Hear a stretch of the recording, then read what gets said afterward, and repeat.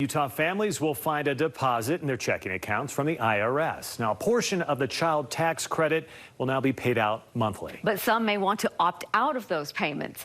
COVID impact specialist Ladd Egan joins us with more to explain.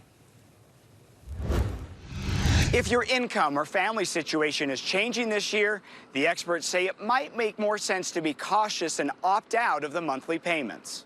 If your income levels is increasing substantially from where it was in 2020 or 2019, depending upon which return the IRS has, I would be on the safe side and opt out and wait to receive that credit until you file your return in 2022. These advanced child tax credit payments are only authorized for this year. We are just 1 week away from the first payment starting on July 15th.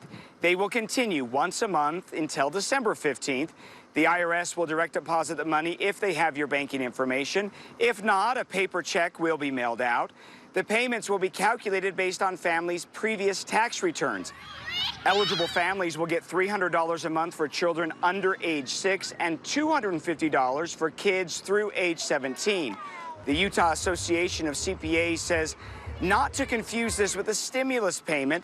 It's a tax credit being paid out early, and everything will need to be reconciled at tax time. It's not like the stimulus payments where if you got paid too much, you didn't have to pay it back. These credits you will have to pay back. If you are in a situation where you're divorced and children go back and forth between the parents, then you may end up having to owe some money back if the IRS doesn't have that information.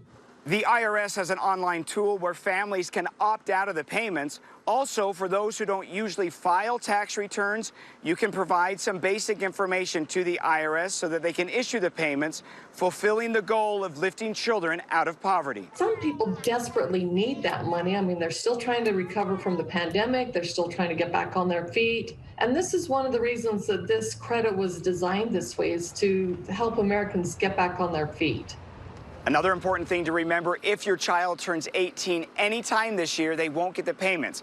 They've got to be 17 through the last day of 2021 to be eligible for the credit. Back to you. All right, thank you, Ladd. Turning to the state's